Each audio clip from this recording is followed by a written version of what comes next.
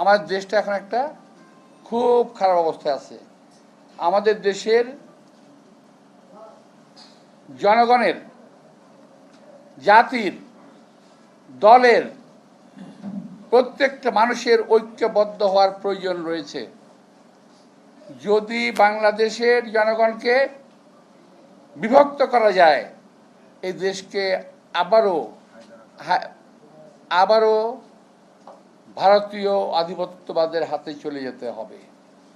সুতরাং যে দলই হোক, বিএনপি, জামাত সহ অন্যান্য যত এনসিপি সহ যত দল আছে, মতবিরোধ থাকতেই পারে,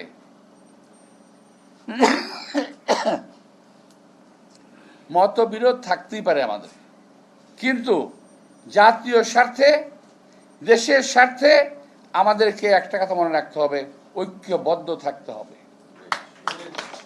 যদি বাঙালি জাতির, বাংলাদেশি জনগণের একটাই কিন্তু শক্তি, আমাদের খুব শক্তি নেই, আমাদের অনেক অস্ত্র নাই, আমাদের অনেক কিছু নাই, কিন্তু একটা জিনিস আছে, সেটা হলো ঐক্য, যেটা আমরা জুলাই আগস্টে প্রমাণ করেছি। জাতীয় ঐক্য এই দেশ থেকে স্বৈরাচারকে বিদায় করতে পেরেছি আমরা।